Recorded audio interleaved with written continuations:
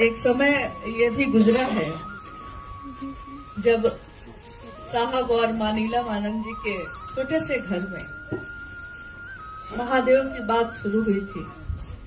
उस घर में जगह कम थी, लेकिन दिल में जगह इतनी ज्यादा थी, कितने भी लोग आते तो उसमें समा जाते हैं।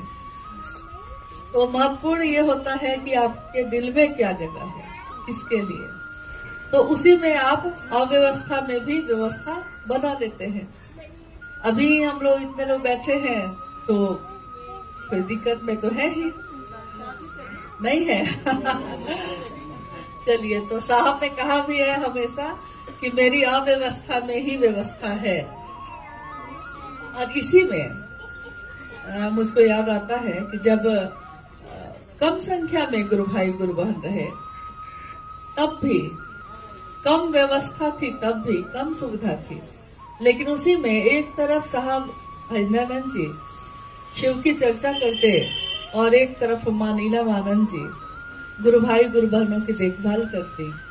कुछ गुरु भाई उसी में से एक तरफ जाकर खिचड़ी बनाने लगते और हम सब भी बाद में एक साथ सब कोई मिलके भोजन करते। फिर संध्या काल की चर्चा शुरू हो जाती। यानी एक ऐसा माहौल, एक ऐसा वातावरण लगातार बन रहा था, चल रहा था, जिसमें गुरु भाई गुरु बहन आते, पोषित होते और फिर अपने जगहों पे लौट के महादेव के काम का झंडा गाड़ते। यानी पूरी तरह हमारा मन किस चीज पे एकाग्र था? तो महादेव के काम पे, महादेव की बात पे। हम सुन भी रहे थे तो क्या सुन रहे थे? महादेव की बात। हम बोल भी रहे थे तो क्या? महादेव की बात। और हम जी भी रहे थे तो क्या? महादेव की बात। ये पंक्ति तो साहब ने बहुत दिन बाद कही कि बनो तो शिव, रहो तो शिव और जियो तो शिव।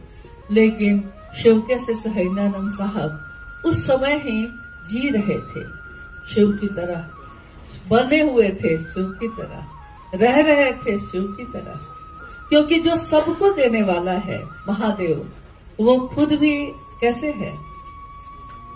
तस्वीरों में हम देखते हैं महादेव चट्टान पे बैठे हैं, बाघंबर लपेटे हुए, नाग को गले में धारण किए हुए, और पता नहीं उस बर्फ वाले कैलाश पर्वत पे क्या मिलता होगा भोजन में। जो तस्वीर में हम लोग देखते हैं, तस्वीरें प्रतीक हैं उन चीजों की जो हमको आपको समझाती हैं कि न्यूनतम व्यवस्था में भी सुखी रहा जा सकता है। यानी सबसे जरूरी है मन का सुख। मन का सुख अगर नहीं हो तो महल में भी नींद नहीं आती है, और मन का सुख हो तो रोड पे भी मजदूरी करने वाले व्यक्ति को भी अच्छी नींद आती है। इतनी ज्यादा नींद आती है कि कभी कभी हम लोगों ने सुना है कि गाड़ियां जो जाती आती रहती हैं, कभी कभी तो चढ़ भी गई है, उसको पता नहीं चला। इतनी गहरी नींद। यानी मन का सुख तभी होता है जब हमारा मन वैसी सत्ता से जुड़ा रहे जो आनंद देते हैं, सुख देते हैं। और महादेव से ज्यादा तो ऐसी सत्ता कहीं और मिली नहीं। सही कहा मंडल सर ने कि महादेव से ज्यादा अपना कोई नहीं है। ये हमारे आपके जीवन में जो प्रतिदिन घटनाएं होती हैं, या हमारा आपका जीवन जैसे चल रहा है, उन घटनाओं से हम समझते हैं।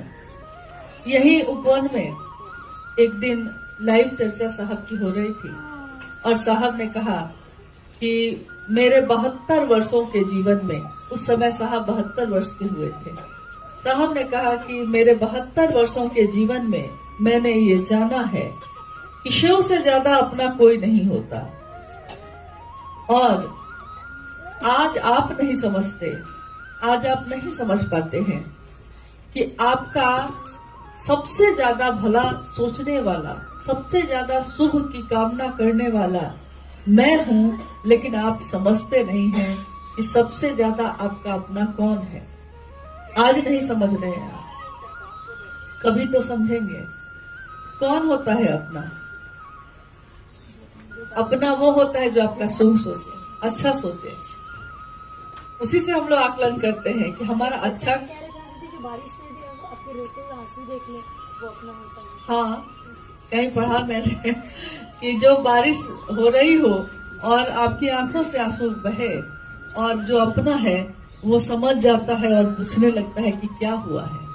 आप कहते हैं कुछ भी तो नहीं, लेकिन वो कहता है कि नहीं, तुम्हारी आंखों में आंसू क्यों? क्योंकि वो समझ जाता है कि ये बारिश का पानी नहीं है, ये आंखों से निकले हुए आंसू हैं। तो इतना ज्यादा अपना शिव के शिष्यों का और कौन है साहब हरिनंदन जी को छोड़ के। आज भी तीव्र गति से महादेव का काम हर जगह पे चल रहा है, चाहे वो भारत देश का विभिन्न स्थान हो या नेपाल देश हो।